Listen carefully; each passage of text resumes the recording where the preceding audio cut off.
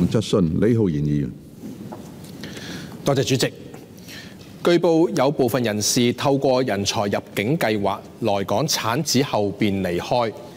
其目的只為了讓子女取得香港永久性居民身份，而非真正有意來港發展。有意見指出，有關做法不但有違人才政策原意，更為本港各項社會服務的資源規劃帶來不確定性。就此，政府可否告知本會：一、在現行人才政策下，有否機制防止以來港發展為名產子為實的情況？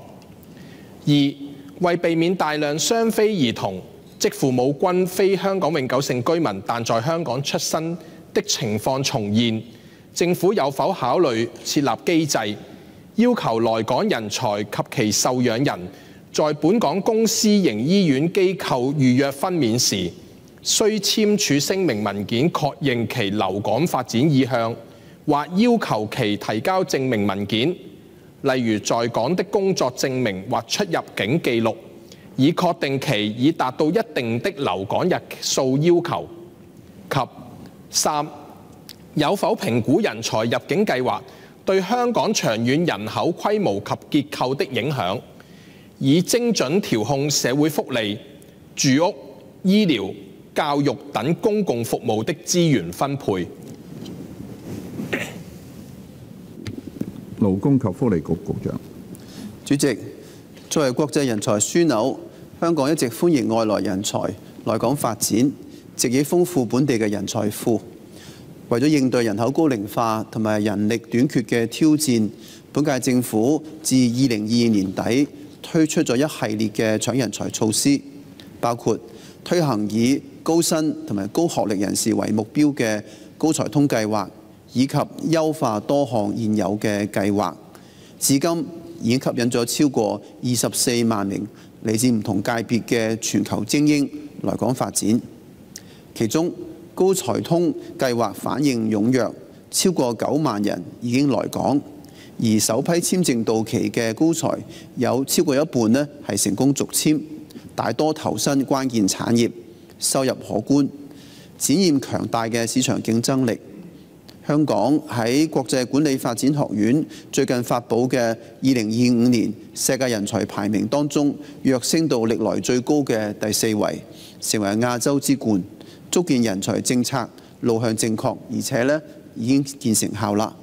然而呢，成功吸引人才來港之後，如何留人才先至係最大嘅挑戰。政府除咗會大力發展經濟同埋新興嘅產業，提供有利環境讓本地及海外人才發展之外，亦都會致力為人才提供所需支援，鼓勵佢哋落地生根，為香港發展作出貢獻。就議員嘅提問，經諮詢醫務衛生局、房屋局、教育局、入境事務處同埋政府統計處之後呢，我而家答覆如下。就問題嘅第一及第二部分，正如我剛才提及，喺全球人才嘅競奪戰當中，如何留人才係我哋面對嘅挑戰。經唔同入境計劃來港嘅人才，大部分都好後生，70%呢喺40歲以下，其中高才通計劃 C 類人才呢，更幾乎全數喺30歲或者以下。佢哋正值事業嘅打拼期，亦都處於組建家庭嘅黃金年齡。政府嘅跟進調查顯示，來港人才考慮移居嘅時候，其中一項非常重視嘅呢，就係家庭因素，包括子女教育安排等等。呢個反映咗留人才除咗發展機遇之外呢，亦都需要兼顧人才家庭嘅整體需要，提供全面嘅配套，加強人才同埋佢哋家庭對香港嘅歸屬感。外來人才係推動經濟發展嘅重要力量之一。以高才通計劃為例，估計可以為香港帶來每年大約340億元嘅直接經濟貢獻，相當於本地生產總值大約1.2%。我哋希望視呢啲人才呢為香港嘅一份子，因而需要照顧佢哋同其他香港市民一樣嘅家庭需要，以促進佢哋喺香港安居樂業。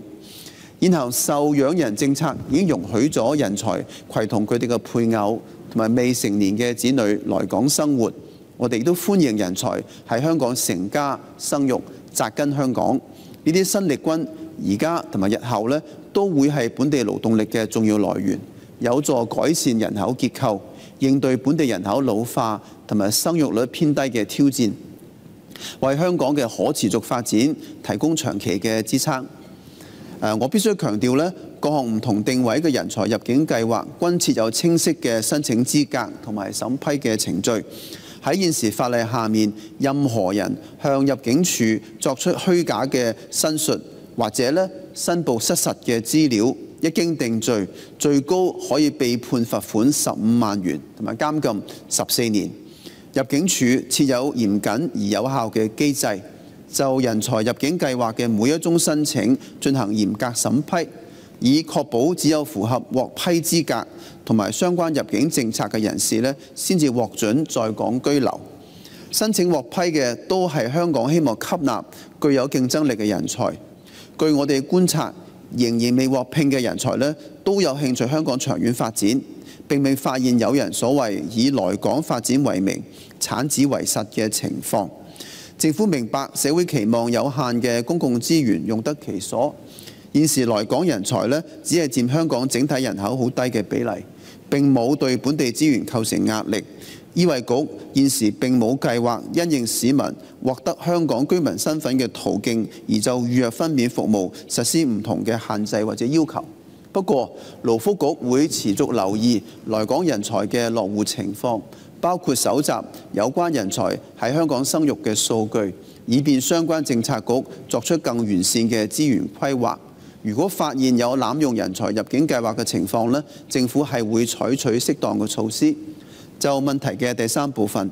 統計處同埋勞福局會分別定期編製最新嘅人口同埋人力嘅推算，以掌握推算期內香港人口同埋人力需求嘅變化趨勢，從而為政府喺唔同嘅政策同埋資源分配上面嘅規劃提供基礎。現時兩項推算均會考慮主要人才入境計劃嘅影響。